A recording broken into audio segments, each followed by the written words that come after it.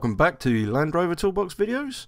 In the last episode, I got you to run around your vehicle and get a lot of details. These are vital bits of information that you'll need as we carry on through the series and to get your vehicle in tip-top condition. Servicing and maintaining your vehicle is a lot more than just changing a few filters and changing some oils and hoping that it's going to be okay. There's a lot more to this, and what I'd like to do is to get you to inspect your vehicle, and I'll show you where to look on certain items so you know that you're going to be legal and you're going to be running without having problems. Some of us already understand that there are certain legalities involved with owning a vehicle, and you've got to have it in a roadworthy condition. The key to servicing a vehicle is inspecting first and making sure that you found the faults and you know what you need to do to get it into, well, decent condition. The first thing to do is to look and to check and to look. This is servicing in itself before filters are done, before any type of oils are changed. We've taken on board this vehicle as, well, it's an unknown at the moment, and we're going to go through an inspection routine and help you understand what we're looking for before we start to repair anything. It should only take you an hour to do an inspection, and you could possibly do this once every 6 weeks depending on how you use your vehicle. Adding this to any seasonal maintenance that you have on your vehicle can only enhance the performance and the reliability of your Land Rover. And hopefully you'll understand there are places to look that you might not have thought of. Okay, so now what we're going to do is have a look at the driver's controls. Firstly, with the ignition off, well, just to prove a point, I've got the keys out. You should be able to get your hazard lights and get a warning lamp at the top here. You can hear it clicking, so you know it's working, but you need a visible cue as well. Alright, so that's working. Your horn should also work, and your side lights should work as well, and the bulbs in these dials should work also as well. The speedo is a legality, it's got to be illuminated. Right, okay, so we're setting this on the first click. Okay, now you have your warning lamps up. You should have your alternator, your oil pressure and your brake light because the handbrake's on. Okay, now we'll just simply check the interior illumination. You should have indicators, you should have your main beam, and you should also have your side marker illumination lamp, a warning lamp, but it's not actually a legality. Right, with your washer wipers, making sure that you have a screen wash, that it is in good condition and it's spraying across the screen. Okay, and the wipers should wipe and clear the screen easily. If not, they're either split. Okay, so that's the driver's controls. You also have heater controls, for instance, if you can hear the heater blowing, and we also have the demister, which, to be honest with you, this one is seized. There's no temperature control. Never mind. Fuel gauge works. Temperature gauge we have to check on a road check, and we have a clock here as well. No doubt you'll have gauges across here which you have to check yourself. Also have power on ignition on the 12-volt system here, and screen wash at the rear, which I don't think is working, or it's blocked. Right, okay, so while we're in this position, we have the steering wheel. Now I can move that this much. Alright, it's got play in it, so measuring it that way, we want to investigate that. Just make a note of that. Plain steering wheel.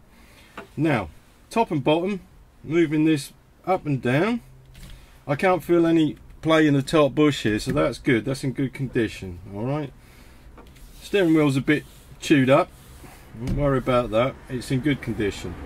Alright, so that's that for your driver's controls here. Okay, now you have your pedals and your handbrake. Foot brake on, handbrake is off. I should see the lights go out, both lights here, park brake. Alright, it is a legality to have those. You've got to have a park brake warning lamp to tell you your handbrake's on or off. Okay, and you also have a warning lamp which could be either pad wear indicators or your fluid level or something like that, and if it is illuminated all the time, you've got to check it out. So checking your brake or your brake servo from inside your cab. Alright, foot brake, push it down and start it up. Your pedal should go down somewhat. Alright, then you know that your servo's working. Alright, if you pump it out, it should build up very quickly. Alright, if it doesn't, you have an issue. So that's past that. Just as a note for you guys in the United Kingdom, the brake pedal rubber should be in place and in good condition, whereas this one is not, so it needs fitting. Okay, with other lighting switches, you also have your fog lamp. Okay, which will be that. The fog lamp should be illuminated, okay, when it's operational. And we'll go around and check the lights now to see what we've got and what bulbs are out. You might want an assistant to help you with checking your lights. This will be for the brake lights, obviously. And while you've got an assistant, you can get them to rock the steering, and this will be to see how much wear is in the ball joints or the drag link and the track rod ends, but we'll come back to that later. Okay, back to the lights. Anyway, basically what we've got here is checking the main beam, dip beam, side markers and indicators. As you can see, they're all working except for one. Okay, hazards are on, and what we have here is one side marker bulb out, which needs to be done. I think we'll be putting an LED in there instead, of course, as it's an upgrade.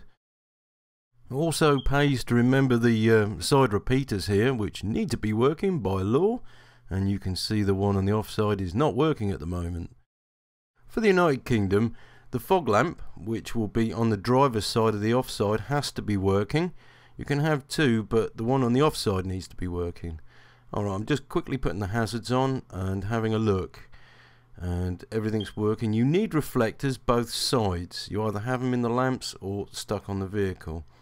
Alright, you can see that we have a fault here. The number plate lamp is not illuminated, which needs to be repaired and rectified. It's not shining on the number plate. The only other thing to do is to check the brake lights to make sure they're working. And we have a fault here as well. We have one that's gone out, so we have a possible earth fault there. The reverse lamp, which is on the left hand side, is not an legality for an MOT test in the United Kingdom. However, it's handy that it is working. Remember also the diff lock needs to be pushed in, and the light needs to come on to tell you that it's working. If not, it might be a bulb or the switch, but this needs to be moved every now and then so it doesn't seize up. Okay, something else you should pay attention to is your gearbox and the chattering of bearings or the chattering of the clutch. Now, sometimes it's actually very hard to tell the difference between whether the front bearings are knackered or whether it's the clutch that's chattering. But have a listen. Start her up. Okay. Now, if you can hear that chatter, that chatter is bearings. Okay. Just in case you didn't hear anything, I've made a louder recording for you. This will be the bearings chattering.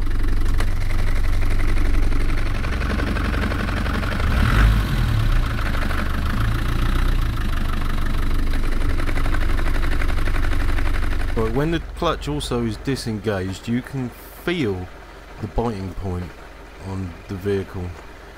We're going to check this by putting it in gear, drop it in gear, and then just lift it up to feel where it's biting. If it's right at the top, it's probably because the clutch is warm. If it's nearer the bottom and you've got plenty, it's okay, and this clutch is alright by the looks of it.